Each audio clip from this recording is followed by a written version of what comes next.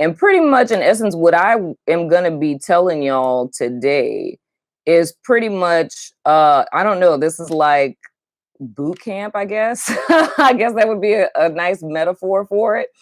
It's we're at a very crucial time, right? Because of course there's like epic shifts that are going on. And it's like now is the time to kind of take advantage of the energy.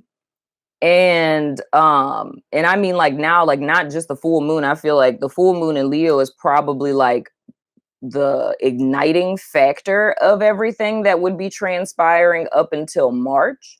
So I feel what my goal is here is to pretty much like it's not exhaustive, you know, but it's just kind of like bullet points that I just jotted down of like stuff that I feel is important for you guys to kind of take into account with the full moon today.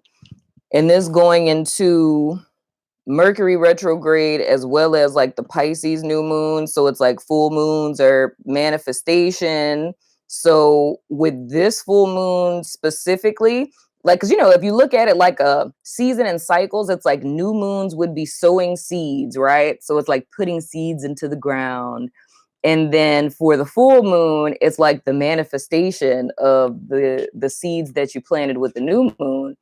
But if you're coming in on everything now and it's, you know, the Leo full moon is here and you're feeling some type of way, it's not necessarily relevant if you set intentions with the new moon last time or not. And I'm saying all this figuratively speaking, of course. But it's more or less looking at what's coming up now, because I feel that the full moon is more of like a revelatory full moon. So all of the discord or contention or unease that you're feeling, it's like it's light that's being shown on some area of your life. And whatever it is that's being revealed, like up to this point, whatever came up in my readings that you've watched, what's been coming up in your dreams, what you've been thinking about, what's been kind of top of mind, or what comes up with you doing the woke book, or what your goals were coming into 2020, or areas of your life that you already know you want to put time, energy, and effort into. It's like these are all of the things that are like the to-do list, so to speak, during the retrograde. So it's more or less energetically speaking, how I talked about like with air signs and stuff, and I was talking about stuff being on pause. It's like that's how it ties into that whole vision that I saw in that Libra reading before. Not saying that that's like the whole purpose of it, but you know, with any allegorical type of thing that you can see, you can get 1,000 different meanings out of it. So another way that I look at what came up for Libra is if we looked at it of like everything that's for you, right? Like energy that's working in your favor, or blessings, or, you know, the fruits of your labor, whatever the case may be. It's like spirit is saying, hey, so this is assured to you that this is yours, right? Like you're going to get all that stuff, right? But you can't get it right now, because now isn't the time for you to get it, because that's in your highest good. Like if you got it now, and I'm just saying this figuratively, something would happen to it. You know what I'm saying? Or the fruit isn't ripe, if we look at it that way. So the thing is, and that's like what came up in everybody's reading for February, it's like there's still some work that needs to be done somewhere to put you in the right place or the right frequency in order to receive that which is for you. So find peace and solace in the guarantee that all of the energies will be working in your favor in March, right? So that's kind of like, you know, thinking about, I'm kind of broke right now, but my paycheck come next week. So that makes me feel good. You know what I'm saying? So it's kind of like that. So if you're looking at it in the sense of knowing that, okay, things are going to be going forward in March, but right now it's like my responsibility is checks and balances, spring cleaning, seeing what it is that I have control over that needs to shift and change, and focusing on those things. So I would say the perspective that But the thing that I found that was so interesting with the fire signs, and I just did fire signs last night, right? So of course, Leo is one of the fire signs. The full moon today is Leo full moon. But the overarching theme for all fire signs was people. Like it had a lot to do with people, right? Like people outside of yourself and how it is fire signs are interrelating with other people, right? Where that comes into how that comes into with this Leo energy too.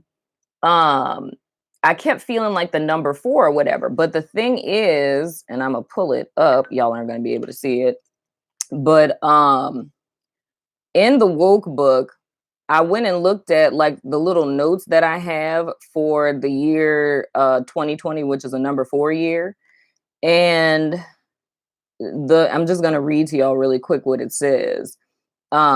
This is a year to explore the self with others, laying the foundation for the life that you're going to build upon.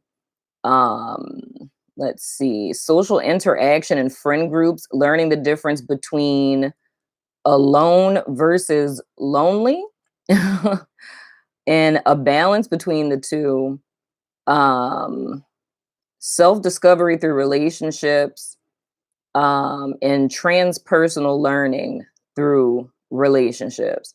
So how I'm more or less seeing this is in the sense of building upon um, things that one has mastered. So where that's going into with fire signs and why I feel people was so relevant, and that still kind of steps me back to the whole pride thing. And I was talking about the insidiousness of pride and the theme of the Leo full moon that I stole from Moonology is not letting pride get into the way. It's like both sides of the coin of this continuous thing I keep talking about, this whole Likert scale, but it's seeing how it is that you relate to people. So not just for fire signs, but for everybody I'm talking to right now is looking at your relationships with other people, right? And how it is that you're reacting with or against people. Meaning, in the sense of, do you feel that you don't need anyone, right? Do you feel that you know all there is to know and you don't need anyone to speak into your life because you know everything already? Or are there certain people that you could surround yourself with, but you choose to kind of, not engage with people because feeling that they're beneath you, right? Or do you feel a sense of validation being over people? Or are you looking for validation from people outside of yourself on a peer level, right? So this comes into the feeling that I feel is the root of the unease that everybody is kind of feeling today or leading into today, is going back to what I was saying before, our buffering issue. With the full moon shining light on something, the light that's being shown is where the conflict or the trigger is. And how you would want to, or the perception that you would want to look at this information through, is looking at two extremes of it. So if we're talking about the whole like cutting people off, and if we're saying it in the realm of like pride, it's like, oh, do you see yourself as like, oh, perfect example. You know those quizzes you take when you're getting a job and they're like, do you see yourself as more knowledgeable than most people, most of your peers? Do you see yourself as equally knowledgeable as most of your peers, or do you see yourself as less knowledgeable than most of your peers?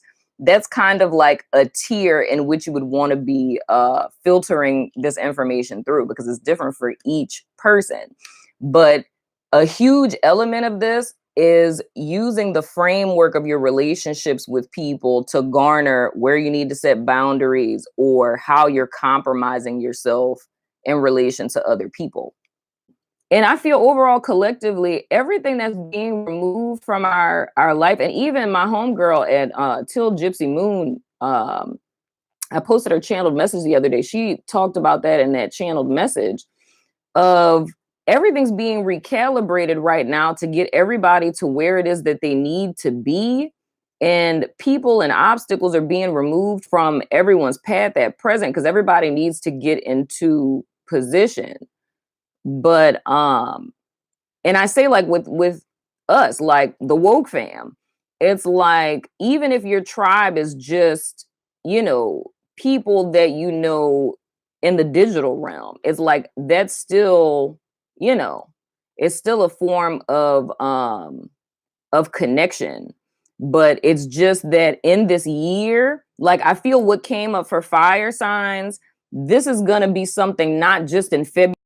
I feel like this is just the tip of the iceberg of this manifesting itself in February. But I feel that this is going to continue to unfold throughout 2020. And I say that specifically for y'all in your readings, but for the collective as well. It's like we are like other people outside of yourself are going to be playing a huge role. Thank you, Spirit. Are going to be playing a huge role this year, and this is why.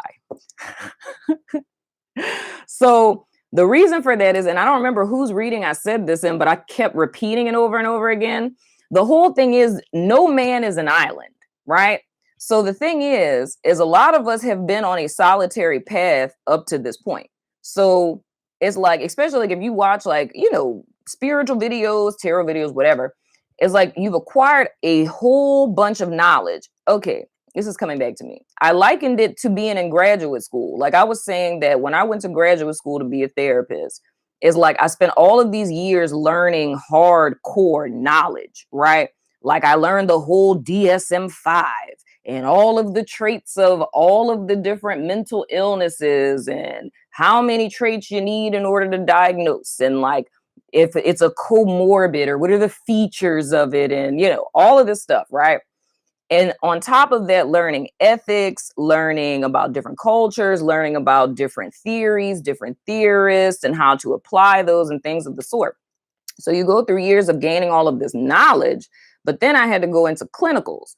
So clinicals is when you take all of this knowledge that you have, book knowledge, and you practically apply it, right? The purpose of that is to have understanding, because I was saying like two cliffs. It's like knowledge is over here and then wisdom is over here. Knowledge doesn't become wisdom until you cross the bridge of understanding. How does one cross the bridge of understanding? Through an experience, like experiential experience.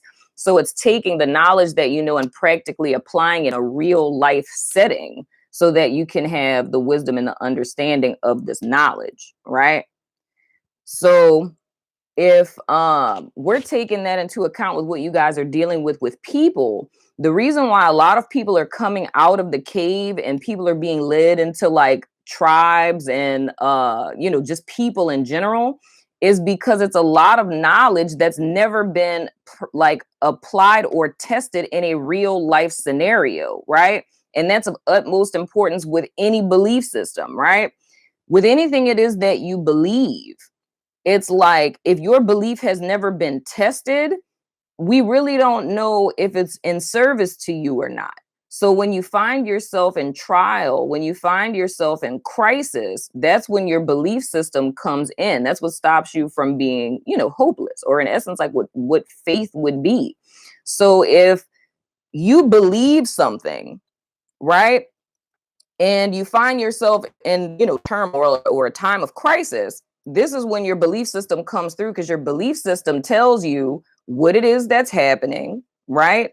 Why this is happening, how your, you know, behavior is while this is happening, what happens on the other end, and you hold tight to that as you're going through this proverbial storm, right?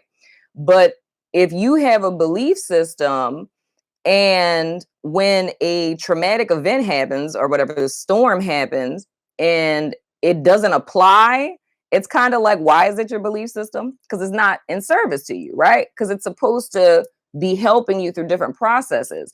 Or if you believe certain things about human beings, but you're not taking what you believe about human beings and practically applying it experientially, it's just knowledge. You feel what I'm saying?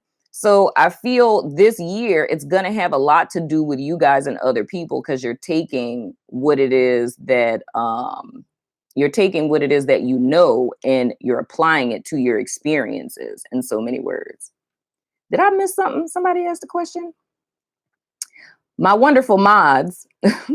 If I miss somebody's question, if it's a question you can answer, please answer it. But if I miss somebody's question, y'all copy and paste it for me. It's about to happen to come into our soul fams. Yeah, dude, real talk. It really is.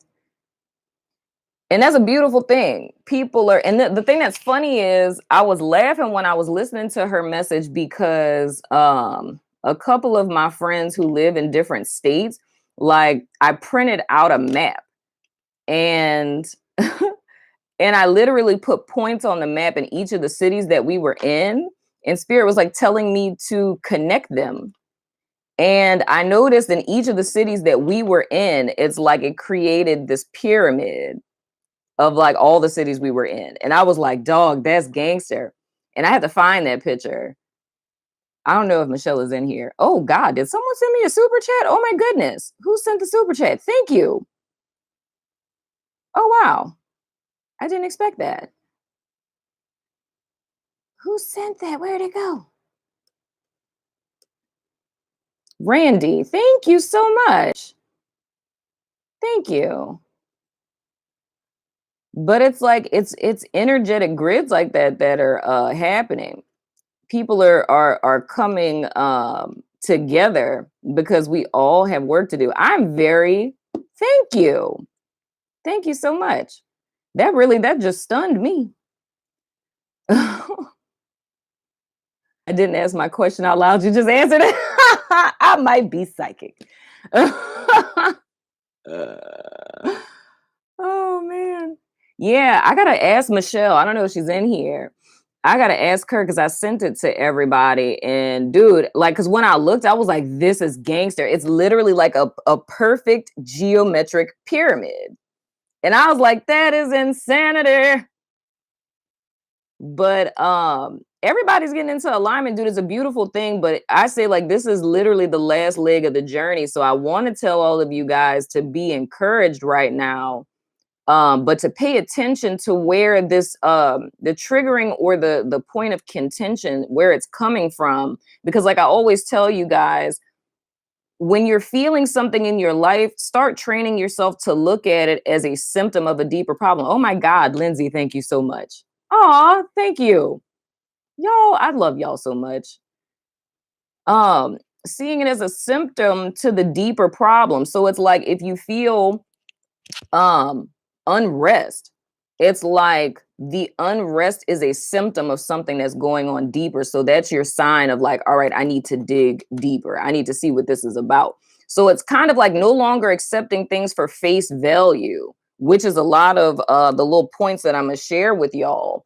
It's like, don't take things for face value of just like, oh, I feel some type of way today. It's like, no, it's like two things you want to check first. One, you want to check your transits, right?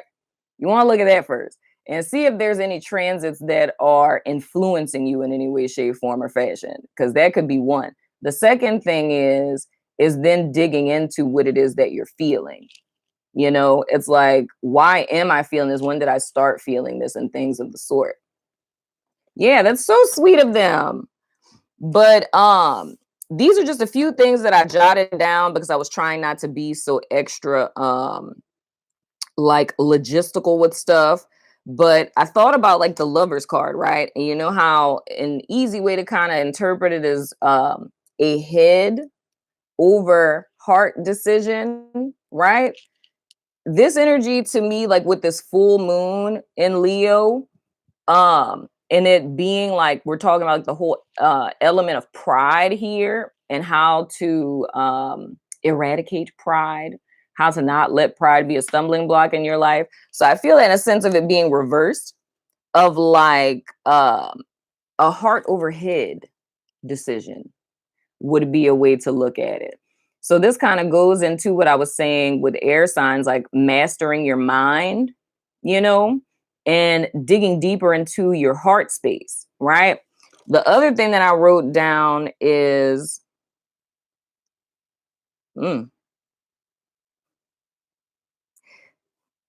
It's about to get real. You have many possessions, but do you possess yourself? And I wrote, pride is when you place value on and or find your peace, confidence, and worth in what you possess or what you're in possession of. Humility is when you place value on and find your peace, your confidence, and your worth in who you are. Right? The heart is wounded, so one retreats into the mind. And it's a battle between material world versus interior world, right? The light is being shown on how you mute the truth of your heart in service to the mind, right? It's looking the part versus being the part. I'm gonna pause there because the other part is starting to get into the Leo energy. But so it's this whole thing. So if we use the illustration of like the Lover's card, or going back to the Garden of Eden, and you look at the two choices that lies before them in so many words, it's the one tree that is the knowledge of good and evil, which is symbolic of the dyad, which is where we live, right? It's, black and white, up, down, male, female. It's the whole dyad realm, right? Where anything is possible, even the bad stuff, right? And then on the other side, you have the tree of life, right? Which is symbolic of what we're trying to get to, ascension process, the as above, so below, Christ consciousness, agape love, unconditional love, the golden aura, and things of the sort, right? So it's more or less being offered that choice again, and you electing how it is you're going to move forward. That's why I kept saying the same thing over and over again of humor yourself, of being optimistic, because you've mastered what pessimism looks like already, you know? So that's really what it's talking about. It's like humor yourself to take a different path at this point of like truly going within oneself, right? Because all of the contention, all the conflict right now is intricately related to in what ways we sacrifice and what ways we deny and which ways we reject ourselves in service to things outside of ourselves. And this is something I was literally talking about this in one of my groups where like therapy group, but we were talking about like, who are you really? It's like, who are you really outside of everything it is that you possess, right? Like, who are you aside from being a son or a daughter, a brother or a sister, a mother or a father, a husband or a wife, a boyfriend or a girlfriend, your job title, right? Your degrees, your accomplishments, your celebrity, your popularity, um, even your physical appearance, like your height, who you are as a person. What makes a person a good person? What does that look like? Like, these are all questions that we're delving into, because these are not even rhetorical. Like, these are questions that you would want to have the answer to. Because, and I say that like several times throughout the woke book, it's like, who are you really beyond all of these things? Because in a sense, we're on a journey, but a lot of it starts with us looking outside for what we're looking for. And every single disappointment with that's why it keeps coming up. Because if you are your possessions, right? Everything in this life is temporary. So if something happens to your possessions or what you're in possession of, who are you then? Right? You were something and somebody before you had it. But it's like, if you don't have it, then what are you then? So in a lot of ways, sometimes when things are removed from us and it ends up becoming a breakdown type of thing, it's like those type of experiences are for the purpose of bringing something forth in you that wouldn't have been able to be brought forth had you not lost whatever this thing is, or person, So an example of this in action would kind of be like you know, like, I don't know who I would be or what I would do without my husband. Like, I honestly, like, my God, if something were to ever happen to him, God forbid, I don't know who I would be. I don't even know what I would do. I don't know how I would function. I don't know what I would do without him. Who am I without him? What would I do? Right? If you're feeling like that about anything or anyone, that's a good place to start because there's an answer to that question. You know, it's an answer to that question because you are someone outside of all of these things. And the only challenge is that spirit is leading us to a place to start living from that place. You know, the reason why pride comes before a fall, right, is because if we think about the Tower card, it's like we build the walls that hurt us. We build the walls that hold us back. The why is because of the wound. It's because retreating from the heart into the mind. I was hurt, so I shut my heart down. So now I start to build up walls to make sure that I'm never hurt that way again. Oh my gosh, Katrina? I'm probably messing up your name. Kai Trina? Thank you so much. Thank you for being yo. So we build up these walls, but they have a shallow or an unstable foundation, and that's why they ultimately crumble, right? So the tower is going to fall. So the pride is building on that hollow foundation of nothingness. It's like everything in life, and I said this in somebody's reading too.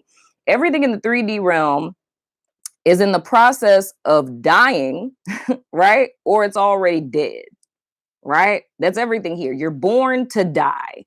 From the moment of your birth, when they cut the cord, you start a process of dying. That's happening with all of us, right? So if you're basing your worth, your value, your identity on things that are in the process of dying or already dead, it's like, what are you identifying with? Death, proverbially speaking, right?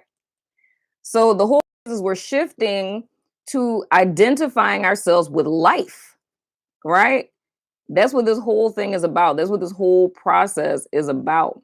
It's ascending out of the lower earthly mind. It's freeing yourself from the devil, if you will. You know, it's coming out of the chains, coming out of the bondage.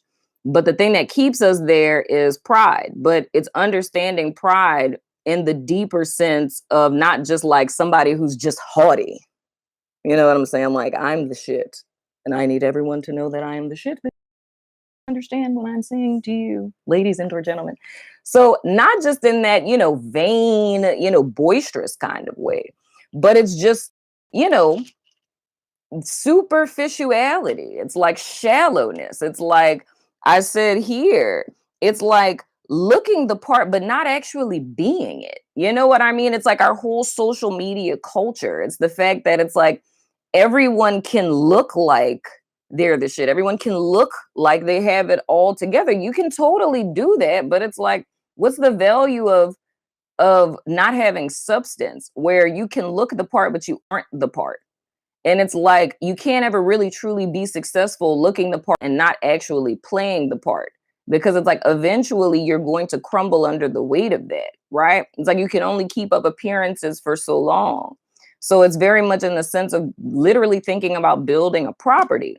So, and that's like where that whole symbolism comes in. Like I kept saying, like everybody's on pause because, and that's spirit helping you out because if you were to continue going forward the way that you are now, right? That everything would end up like being sabotaged, right? And that's what this is talking about. It's like we're talking about building the foundation of ourselves, right? Within yourself. Did somebody say no witchcraft? What? What happened? What happened?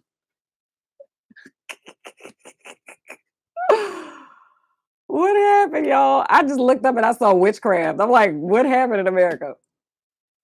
Oh my Lord. Y'all are so crazy. If there's any witchcraft, it is one sister. Oh, y'all are talking about something else. Y'all, I was so lost. I just looked up and saw witchcraft. I was like, what? I'm not talking about witchcraft. What happened? Oh, damn. Oh, it was okay, y'all. I know y'all crazy. I literally just looked up and saw witchcraft and I was like, what happened?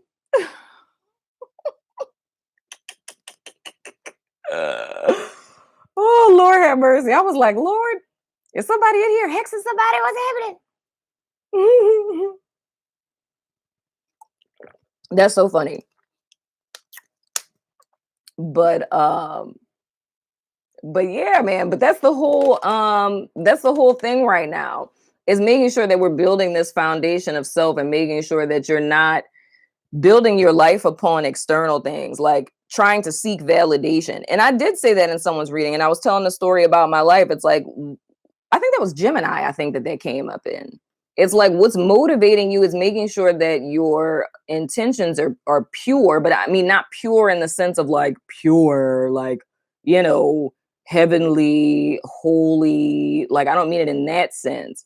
I mean it's like true to you, like true to self, being authentic to self, building a life that's in alignment with self, you know? And I feel that's the true innovation.